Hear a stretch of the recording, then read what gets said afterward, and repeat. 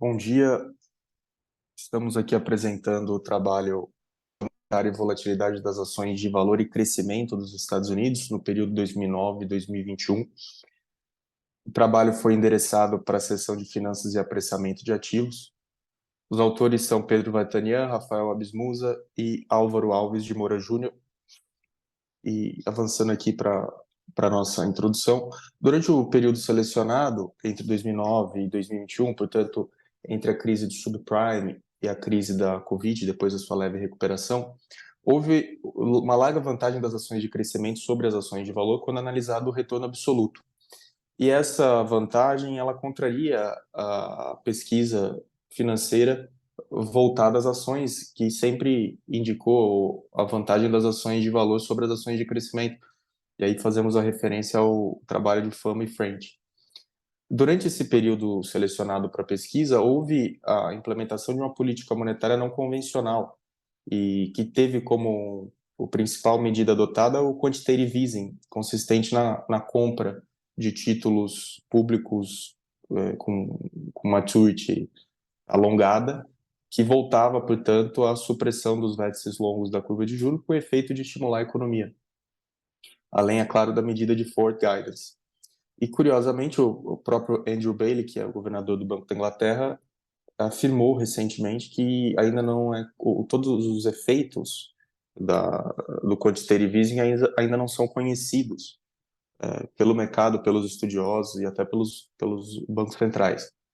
Então, os objetivos aqui, o objetivo da pesquisa primordial consiste em examinar a política monetária do período, a política monetária não convencional, e em que medida ela repercute sobre a volatilidade das ações de crescimento e de valor no mercado americano entre o período de 2009 e 2021.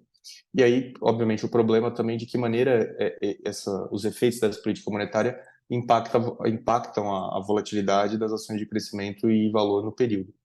E a hipótese inicialmente conjecturada era de que as ações de crescimento seriam favorecidas pela política monetária não convencional e que, portanto, teriam volatilidade maior comparativamente às ações de valor, e isso depois será retomado na discussão dos resultados, já que houve um resultado que contrariou parcialmente essa hipótese.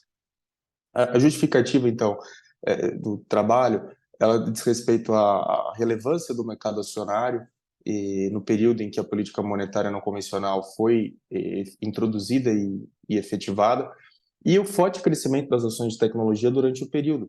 E aí o gráfico abaixo nós apresentamos o retorno absoluto das ações de crescimento e como esse retorno foi bem destacado comparativamente às ações de valor. O referencial teórico passa por três blocos. Primeiro é a atuação do Banco Central, do Federal Reserve, e a política monetária que ele conduziu durante o período. O segundo bloco passa pelos efeitos de transmissão da política monetária, sobretudo aos estímulos à economia, ao efeito patrimonial dessa política monetária e ao aquecimento da demanda agregada, consequência também dessa política monetária que passa por juros baixos e compra de títulos públicos. E a distinção entre ações de valor e crescimento. É um assunto um pouco polêmico. Muitos dizem que o crescimento faz parte do apressamento de ativos, mas, pelo menos da perspectiva prática de confecção de ETFs, há critérios distintivos ligados, sobretudo, à projeção do crescimento do lucro líquido para os próximos anos. O método utilizado foi o modelo GASH univariado, para avaliar em que medida essa política monetária interferiria na volatilidade dos ativos, e aí analisando os desvios padrões condicionais dos ETFs selecionados em relação às medidas de política monetária adotadas. E aí aqui os 4 ETFs selecionados foram 2 de valor e 2 de crescimento. O VTV e RPV são ETFs de valor e o VULD e o IWF os ETFs de crescimento. Da perspectiva da análise da política monetária, foram selecionadas 2 variáveis, que seriam os ativos no balanço patrimonial do Federal Reserve e a Federal Funds Rate, que seriam juros de curto prazo, delimitado pelo período 2009 a 2021.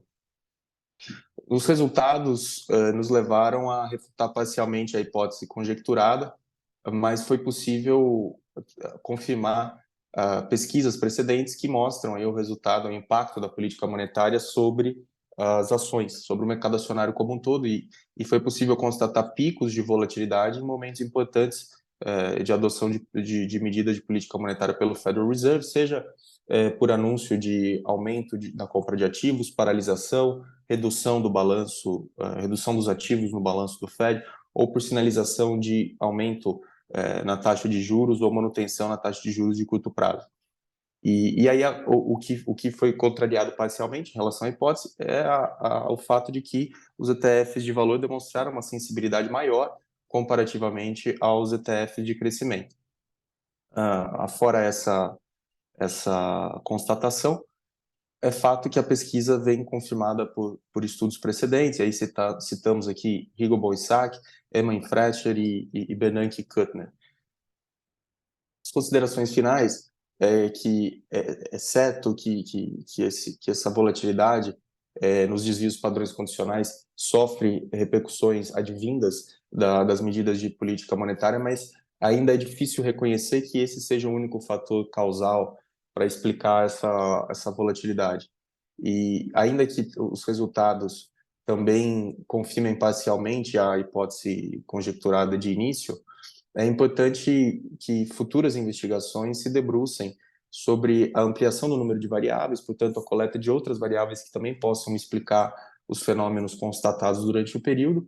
E a segunda questão a ser investigada é a criação e a sedimentação, consolidação de empresas de tecnologia, sobretudo as big techs, que tiveram modelos de negócio com muito sucesso durante o período, com alto retorno sobre patrimônio líquido, crescimento de receita, crescimento de lucro líquido muito expressivo ao longo do período, e que também exige maior investigação para avaliar quais fatores contribuíram para esse destaque, que, por consequência, contribuíram também para a performance destacada dos ETFs de crescimento sobre os ETFs de valor. E aqui algumas referências bibliográficas, não são todas, mas alguns trabalhos citados e que serviram de referência para a presente pesquisa. Muito obrigado pela oportunidade de apresentar esse trabalho e agradeço por aqueles que assistiram.